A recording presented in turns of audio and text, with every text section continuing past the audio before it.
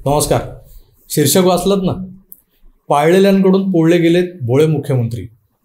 एकनाथ शिंदे हा माणूस मनानं एवढा साधा, एवढा भोळा, दिलदार की विचारता सोय नाही.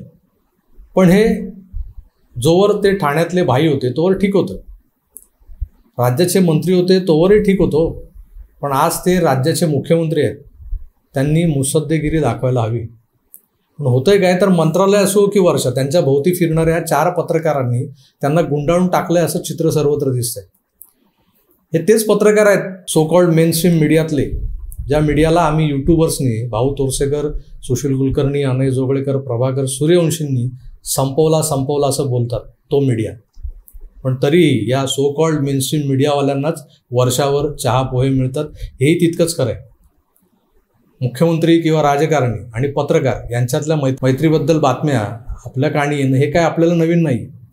शरद पवार आणि ज्येष्ठ पत्रकार प्रताप आजबे, प्रताप आप्पा त्यांना म्हणतो आपण, यांची मैत्री, मधुकर भावे आणि अनेक काँग्रेस नेत्यांचं सख्य, फडणवीस आणि नागपूरकर यदू जोशी यांची मैत्री, ही आपल्याला काही नवीन नाही आहे. एकनाथ शिंदेंच्याही जवळचे म्हणाल तर पत्रकार राजेश कोचरेकर यांचं नाव घेता येईल. ही मंडळी या नेत्यांना सल्ले वगैरे देतात बरं का, पण राजकारणी त्यांचं कितपत ऐकतात हे मला माहीत नाही. पण अलीकडे नवोन्मेषी बूमबालांची महाराष्ट्राच्या राजकारणात एंट्री झाली. मागच्या एपिसोडमध्ये मी या बारबालांबद्दल बोललोय, बूमबालांबद्दल, आणि त्यांनी हा परीघ व्यापायला सुरुवात केली. फार नाही, 2-4 पत्रकार आहेत. एकतर प्रचंड महत्त्वाकांक्षी वरळीकर आहे, ज्याला भविष्यातला आमदार व्हायचंय. आधी नगरसेवक हो म्हणावं, मग आमदार बनण्याची स्वप्न बघ. फक्त पक्ष कोणता एवढंच ठरायचं बाकी आहे असं म्हणतात बुवा. दुसरा एक राजबिंडा, तर्नावांड, गोरापान पत्रकार, ज्याची विजार कमरेखालून सुरू होते, म्हणजे कधी घसरेल खाली कळत नाही. जो 18 नंबरच्या बसने असा काही दिमाखात मंत्रालयासमोर उतरतो की बस रे बस. बस थांबते, साहेब उतरतात, मग ते मागे वळून ड्रायव्हर कंडक्टरला हात उंचावून इशारा करतात, मग घंटी वाजते, डबल बसची घंटी, आणि गाडी पुढे निघते. याची एक झलक काय दिसते हो बसमधून उतरतानाची. फुटपाथवरून चालणाऱ्या पोरीबाळी घायाळ होतात, धडाधड पडतात तिथे घायाळ हो, मंत्रालयाच्या फुटपाथवरून जाणाऱ्या पोरी. या सगळ्या कलाकारांचं एक वैशिष्ट्य आहे, म्हणजे हे सगळे आजच्या आधुनिक पत्रकारितेचे आधारस्तंभ आहेत. मुख्यमंत्र्यांना काय कळतं राज्य कसं चालवायचं? त्यांना तर हे लोक शिकवतात, त्यांच्या कानात सांगतात काय आणि कसा निर्णय घ्यायचा ते. खरंच असाच आविर्भाव असतो यांचा.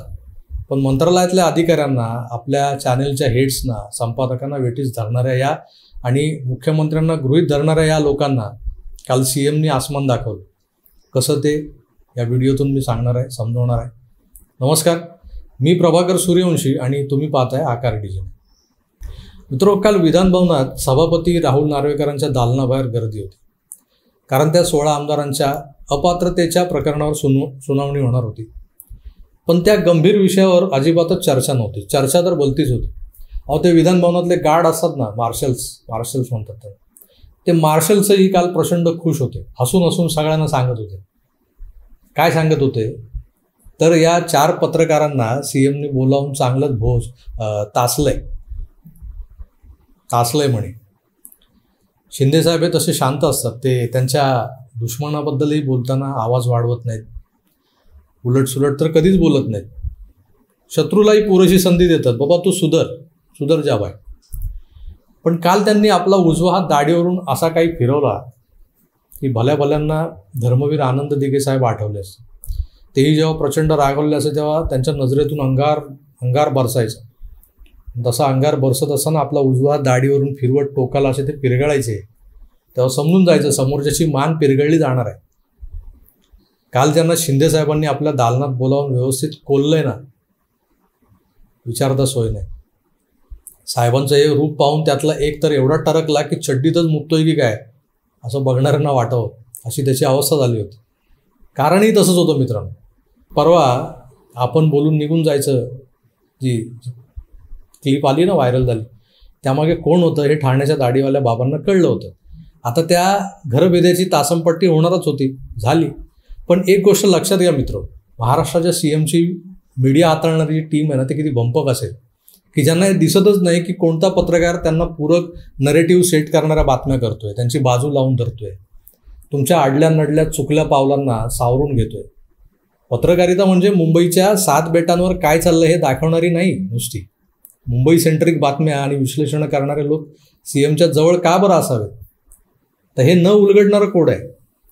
मागे बीबीसीने एक बातमी दाखवली. आपल्या शहापूर तालुक्यातल्या एका खेड्यात विद्यार्थ्यांना एका गावातून दुसऱ्या गावात शाळेत जायला नदी ओलांडावी लागते आणि त्यासाठी ते आपला जीव धोक्यात घालून बांबूच्या तराफ्यावरून प्रवास करतात. ती बातमी बघून पहिला तिथे पोहोचला असेल तो मनसेचा आमचा अविनाशदादा जाधव. त्याने काही लाईफ जॅकेट्स वगैरे देऊन मदत केली त्यांना. त्यानंतर लागलीच खासदार श्रीकांत शिंदेंनी त्या विद्यार्थ्यांसाठी एक रबरी बोट उपलब्ध करून दिली. आता मी ज्या नाशिकच्या पेठ तालुक्यातल्या पाड्यावर मागच्या 1.5 वर्षांपासून डोकं आपटतोय तिथेही अशीच परिस्थिती आहे. नदी प्रचंड मोठी आहे, तिथे पूल नाही. पोरं ॲल्युमिनियमच्या टोपात बसून नदी पार करतात. पाड्याकडे जायला नीट रस्ते नाहीत पेठवरून. माझा मागच्या वर्षीचा तो व्हिडिओ व्हायरल झाला तेव्हा श्रीकांत शिंदेंनी मंगेश चिवटेला पाठवलं होतं तिकडे बघायला, पाहणी करायला. पण त्या पाड्यावर मी खिशातले 6.5 लाख रुपये खर्च करून झालो आहे. माझ्या आकार परिवारातले जे सबस्क्रायबर्स आहेत, बंधू बांधव माझे, आया बहिणी, त्यांनी जमेल तशी मदत केली आहे मला. आम्ही तिकडे अभ्यासिका बांधले, सोलार स्ट्रीट लाईट्स लावून दिलेत, कम्प्युटर्स दिलेत, पुस्तकं दिलीत, मेडिकल कॅम्प भरवतो दर 2 महिन्यांनी तिथे. सरकार कुठे आहे? जिल्हा नाशिक, तालुका पेठ हे महाराष्ट्रात येतच नाही येत राव. असो, मी काय त्या चमको पत्रकारांच्या श्रेणीत येत नाही म्हणून मला वैयक्तिक लाभ मिळणं तर दूरच राहिलं. राज्यातल्या जनतेची, आदिवासी बांधवांची कामं होत नाही आहेत. लोकांना वाटतं हा नेहमी एकनाथ शिंदेंच्या बाजूने बोलतो, हा शिंदेंचा खास असणार, म्हणजे शिंदेंचा पेड पत्रकार असणार. पण लक्षात घ्या, दिव्याखाली नेहमी अंधारच असतो. सीएमना आत्मचिंतन करायला लावणारी पत्रकारिता फॉलो करायला हवी, पण ते चमकणारी, डोळ्यांना दिसणारी पत्रकारिता फॉलो करतायत. आज महाराष्ट्रात स्वर्गीय गोपीनाथ मुंडेंनंतर ज्याला बहुजनांचा नेता म्हणावा असा नेता जनसामान्यांचा मुख्यमंत्री म्हणून एकनाथ शिंदेंकडे पाहिलं जातं. ती प्रतिमा त्यांनी नुसती जपायलाच नाही तर जोपासायला हवी. कारण मुंडे साहेब उपमुख्यमंत्री असताना एक प्रसंग घडला होता. त्यांच्या बाबतीत एक प्रकरण गाजलं होतं आणि ते असंच नामुष्कीचं झालं होतं. एका तमासगीर महिलेचं नाव तेव्हा मुंडे साहेबांशी जोडलं गेलं होतं. नाव घेत नाही मी. नागपूरला हिवाळी अधिवेशन होतं आणि त्या तमासगीर महिलेचा मुंडे साहेबांसोबतचा फोटो त्यांचे विरोधक शोधत होते. त्यांना सापडलाही तो फोटो. त्यांनी तो फोटो मीडियात व्हायरल करायचा ठरवलं. शरद पवारांनी मध्यस्थी केली होती मला वाटतं त्या, आणि मीडियातले ते फोटो सगळे गायब करायला लावले. काही पत्रकारांनी देखील ते फोटो छापणं नाकारलं. ही होती पत्रकारिता. ते आपल्या पत्रकारितेच्या पेशाला जागले, कारण हे काम नाही आहे पत्रकारिता करणं. पाकिटाला जागले नाही, पण पत्रकारितेच्या पेशाला जागले. तसाच एक किस्सा ठाण्यातला आहे. ठाण्यातला एक ज्येष्ठ पत्रकार जो आज मला वाटतं 80च्या पार असेल वयाच्या, तो प्रभावशाली पत्रकार डान्स बारमध्ये एकेकाळी 4 बारबालांना घेऊन बसला होता आणि त्याचा फोटो, त्याचं चित्रण एका पत्रकारानेच केलं होतं. पण ते मीडियात येण्याआधीच आनंद दिघे साहेब होते तेव्हा, दिघे साहेबांनी ते दाबून टाकले. म्हणजे बघा, पत्रकारिता केली तर ती कुठल्या थराला जाऊन करता येते. आम्ही अनाडी ते अनाडीच राहिलो एवढ्या वर्षात. मी ज्या 4 टाळक्यांबद्दल बोलतोय ना, त्यांनी मुख्यमंत्र्यांच्या आजूबाजूला एक प्रकारचं वलय निर्माण केलेलं आहे. त्यांना वाटतं की आपल्या बाईट्समुळे सीएमना हे वैभव प्राप्त झालेलं आहे. या लोकांचं आमच्यावर प्रेम आहे. लोकांचं तुमच्यावर नाही तर तुमच्या बूमवर प्रेम आहे. तुम्ही बूम बालात, बूम बाला. काही पत्रकार असेही आहेत जे मंत्रालयात येतात, कुठल्याही मंत्र्यांच्या केबिनमध्ये न विचारतात घुसतात, दरवाजा उघडतात, मंत्र्यांना, आमदारांना एकेरी हाक मारा, काय रे उदय कसा आहेस, अरे एकनाथ ते माझं काम झालं नाही बरं का अजून, बस एवढंच बोलून ते प्रफुल्लित होतात. काम हो न हो मागे पुढे न बघता निघून जातात. यांनी सगळ्यांसमोर, आम जनतेसमोर मुख्यमंत्र्यांना एकेरीत हाक मारली, बस प्रफुल्ल झालं मन. आपण बुधवार, शुक्रवार, एक नवीन तुम्हाला एक किस्सा सांगतो. बुधवार, शुक्रवार किंवा रविवार असा असला, हे खायचे वार असतात ना आपले, की आपल्या जवळच्या मच्छी मार्केटमध्ये जातो. आता जे मुंबईकर आहेत ना, त्यांना हा अनुभव आलेलाच असेल. काही लोक प्रभादेवीच्या आगर बाजारात जातात किंवा आपल्या शीतलादेवी समोरच्या मच्छी मार्केटला गेलेत समजा, कोळणीकडून मासळी घेतली त्या टिपिकल काळ्या पिशवीत आणि निघालो की आपण आपल्या गाडीपर्यंत येईस्तोवर तिथल्या 2 मांजरी, 4 कुत्री शेपटी हलवत त्या काळ्या पिशवीकडे टकमक टकमक बघत आपल्या मागे मागे धावत असतं. आपण गाडीत बसलो, दार धाडकन बंद केलं की ते हताश मनानं केविलवाना चेहरा करून मागे फिरतात.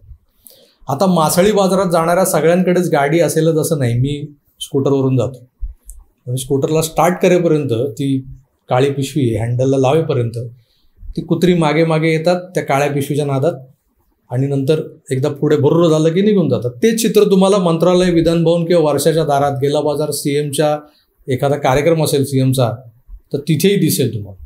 त्या कार्यक्रमाच्या ठिकाणाहूनही सीएम निघाले आणि गाडीत बसेपर्यंत हे 4 लोक त्यांच्या कानाला लागत मागे मागे असतात. एकदा का त्यांनी गाडीचं दार आपटलं की हे त्या मासळी बाजारातल्या कुत्र्या मांजरांसारखे मागे फिरतात. काय असं महत्त्वाचं बोलतात तो हे लोक? प्रश्न पडतो ना सामान्य जनतेला. टीव्हीवर दिसतं ना सगळं, कारण आधी बाईट झालेला असतो तिथे उतरताना पायऱ्यांवर, मग त्यानंतर हे मागे मागे त्या मासळी बाजारातल्या कुत्र्यांसारखे का? तर तीच वेळ असते अनधिकृत क्लबवाले, डान्स बारवाले यासारख्यांची कामं, बदल्या बडत्यांची कामं साहेबांच्या कानी घालायची असतात. याच लोकांच्या माध्यमातून ही कामं होतात. लाखो रुपये त्या बदल्यात घेतले जातात. साहेबांना सांगितलंय आता पुढे ते काम झालं नाही झालं अल्ला मालिक तुम्हारा नसीब. असे अनेक नाडलेले व्यावसायिक मंत्रालयाच्या बाहेर या पाकिट पत्रकारांना शिव्या घालताना तुम्हाला सापडतील. जरा नजर मारून बघा. असो, मुख्यमंत्र्यांचे डोळे परवाच्या प्रसंगातून उघडले असावेत असं वाटतंय, कारण ते आजवर हेच समजत होते की ही आपली पोर आहे. कसली आपली? साले महाविकास आघाडीचं सरकार होतं तेव्हा हा वरळीकर जो बोमधारी आहे ना, वरळीकर युवराज आदित्य ठाकरेंच्या गाडीतून फिरायचा. यातले काही लोक वर्षावर उद्धवजींच्या पुढ्यातले चहाचे कप उचलायला हजर असायचे. महाविकास आघाडीच्या कार्यकाळातली गोष्ट आहे. एकदा विधान भवनात नितेश राणे गेट बाहेर पडत होते. समोर तो मालवणी पत्रकार आला तर राणेंनी त्याला मालवणीतच विचारलं, काय रे इलस झाली त्या वर्षावरची धुनी भांडी करून? तर माझा एक मित्र नितेश राणेंच्या शेजारीच होता आणि तो फोनवर माझ्याशीच बोलत होता. तर फोनवर ते मालवणी वाक्य ऐकलं मी. माझ्या मित्राला विचारलं, कोण रे मालवणीत कोण बोलतोय? तर त्यानं मला ही स्टोरी सांगितली. अरे नितेश राणे. म्हटलं समोर कोण होता धुनी भांडी करणारा? नाव घेत नाही, जाऊ द्या. एकंदर काय या पोरांच्या मनात बहुधा असं काहीतरी घोळतंय का त्या वेब सिरीजमधल्या गणेश गायतोंडेसारखं, की कभी कभी लगता है साला आपणच खुदा है.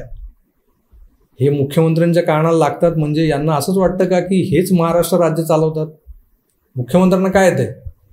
शिंदेसाहेबांनी काल यांचा तो भ्रम दूर केलाय म्हणे चांगला, चड्डीत मुतेपर्यंत.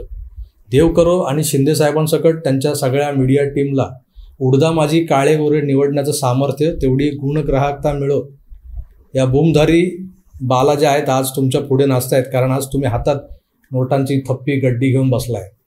ती गड्डी कमी कमी होऊ द्या की या बोमबाला चालल्या शेजारच्या गिरायकाकडे त्याची गड्डी रिकामी करायला, कारण हा यांचा धंदा आहे. पण तुम्हाला सावध वागणं गरजेचं आहे.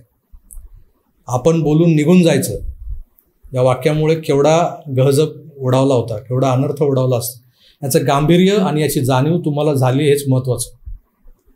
देर आहे मगर दुरुस्त आहे. जाता जाता बाळासाहेबांच्या या शिवसैनिकाचा फुकटचा सल्ला आहे तुम्हाला. फक्त एवढंच लक्षात ठेवा, या पाळलेल्यांकडून पोळले जाऊ नका. बस. धन्यवाद. नमस्कार.